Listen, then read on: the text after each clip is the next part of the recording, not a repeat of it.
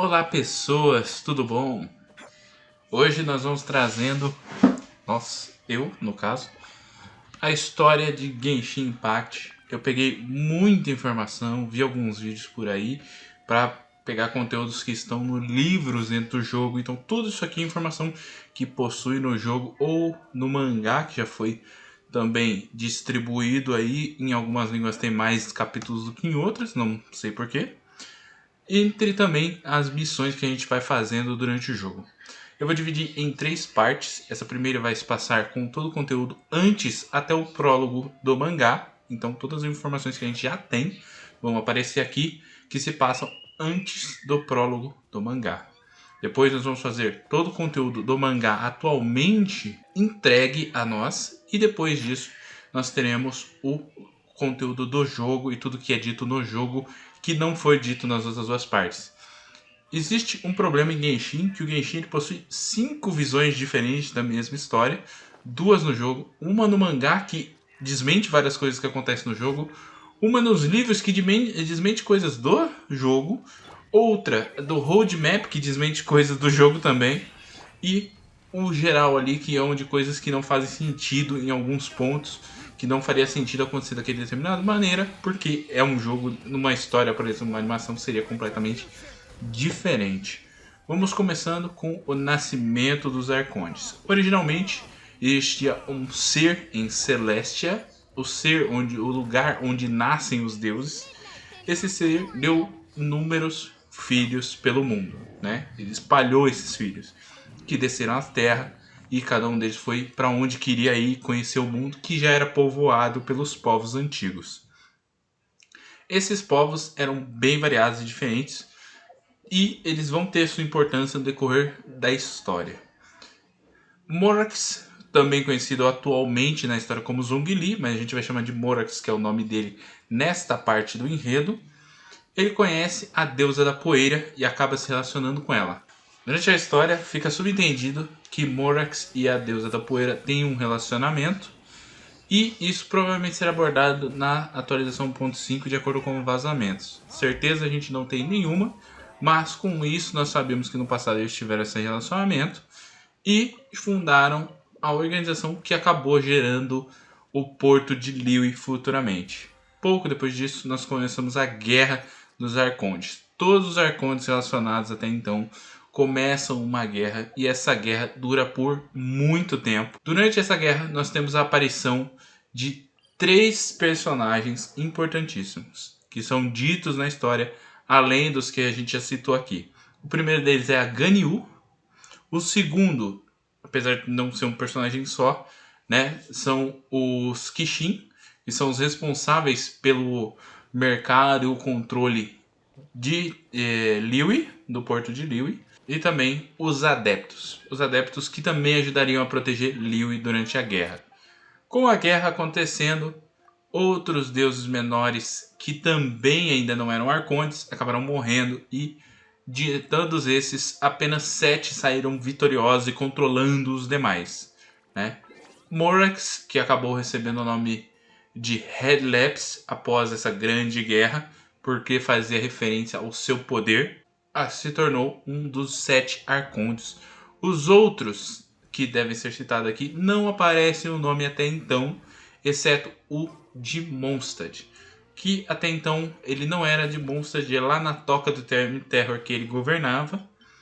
Vente, junto com um amigo dele, fazem uma rebelião e destronam ele pouco depois do final da guerra. Vente lutou na guerra. Muita gente confunde achando que é durante a guerra que isso aconteceu. Não, é depois da guerra.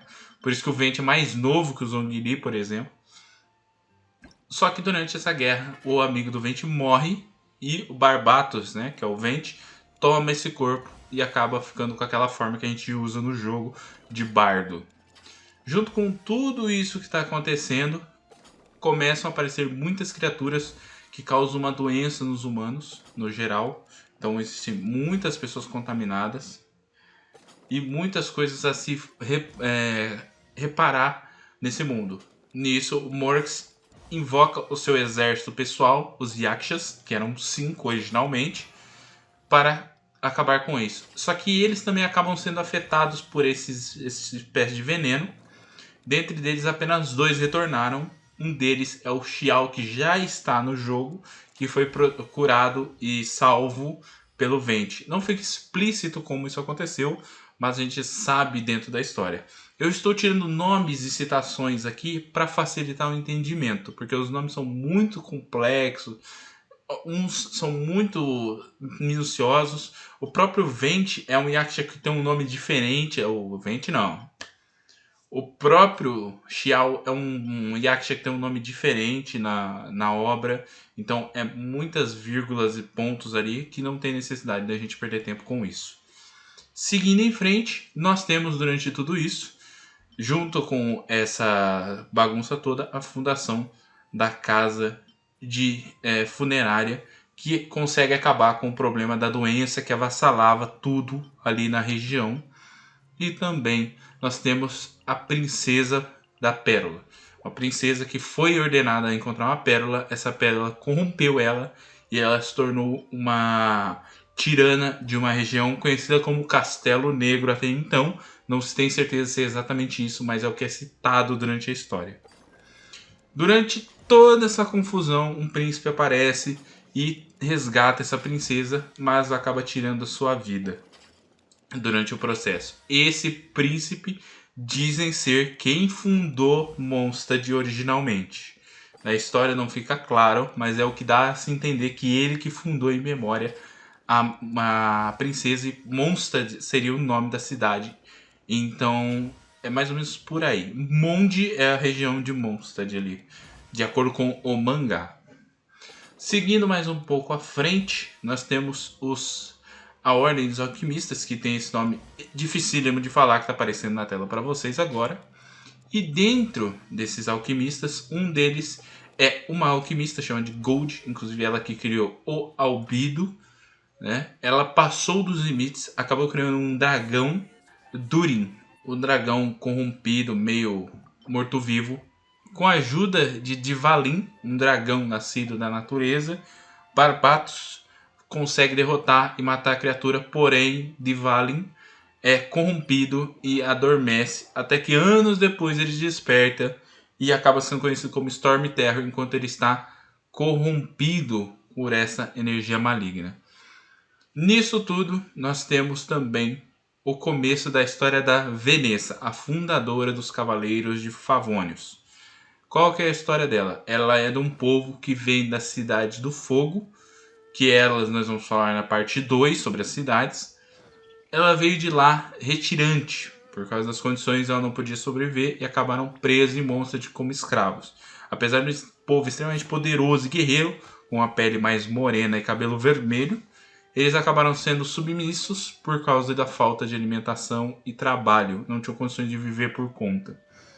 Entre isso, Venti finalmente retorna a Mondstadt como um bardo chamado Venti e descobre o que está acontecendo, onde a monarquia acabou subvertendo todas as leis de liberdade que ele tinha criado. Como um bom arconde, ajuda a restaurar a ordem e espanta um outro dragão, cujo nome está aparecendo na tela aí para vocês, e não é o mesmo dragão um do outro, tá? São dragões diferentes. Esse dragão que futuramente seria morto pelos Harbingers, que nós também vamos falar na parte 2. Com isso, Vanessa é considerada como uma heroína e com o tempo Venti ascende ela até Celestia. Outros personagens ali no meio, a gente vai falar com eles mais para frente, são introduzidos, porém eles têm continuidade de enredo mais para frente. Nós vamos falar na parte 2. Uma coisa importante é que Vanessa é Venessa, tá? Com E, não é Vanessa, é Venessa. Ela é uma ancestral do Diluc, por isso que ele tem cabelo vermelho. Foi tanto diluído o sangue dele que ele ficou só com o cabelo. Mas o cabelo, pelo jeito, é o genibom dela. Venessa, então, atualmente é dita como uma das heroínas que virou deuses e vive em Celeste. Então pode ser que em algum momento da história ela reapareça para dar um oi aí e falar o que ela está fazendo da vida. Até lá, a gente não sabe. Por enquanto, até essa parte, lógico que existem minúcias aqui e ali, como a guerra do Zhongliu, que causou toda a A partir de Liyue foi remodelada por causa disso. Quando Venti se tornou o deus de Mondstadt, lá o Arconde de Mondstadt, ele remodelou Mondstadt inteiro, né? Mond inteira. Então há muitas informações aí que a gente vai vendo no decorrer da história.